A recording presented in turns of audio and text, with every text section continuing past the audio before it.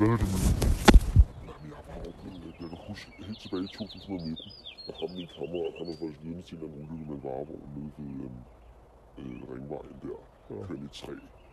Og det fik rimelig meget omtale, den der. Og så tog de billeder fra Pressefokus der, og der var 16 år gammel der. Og så kontaktede min kammerat mig, og så når jeg kontaktede Mathias, og Mathias kom, og jeg stod der med min kammerat og snakkede lidt. Og så fik jeg så navnet på min kammerat der, og så 2 år efter, eller 3 år efter, så har jeg så fået min kammerat med på det her, det hele det her. Og så var der så fået en melding om brand nede i et højhus eller noget. Ja.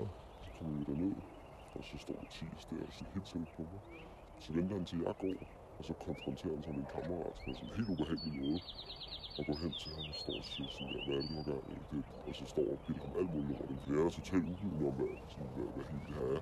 Ja. Jeg har bare fået ham sådan lidt med på det.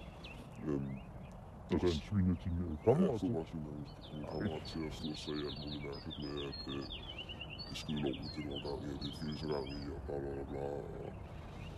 Og så viste det sig, at han kender hans navn også. Altså sådan der, så sagde han så hans navn. Det kunne hun åbenbart huske for 3 år siden. Så det er rimelig imponerende faktisk, at jeg kunne huske det.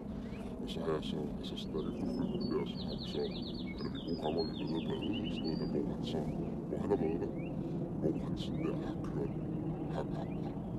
har sådan parkeret ved siden af min bil, for han skulle sikre mig, at det var mig, han rigtig så ud i stranden. Så når han så det var mig, så skulle han så op i det. Og jeg synes bare, jeg er så sgu.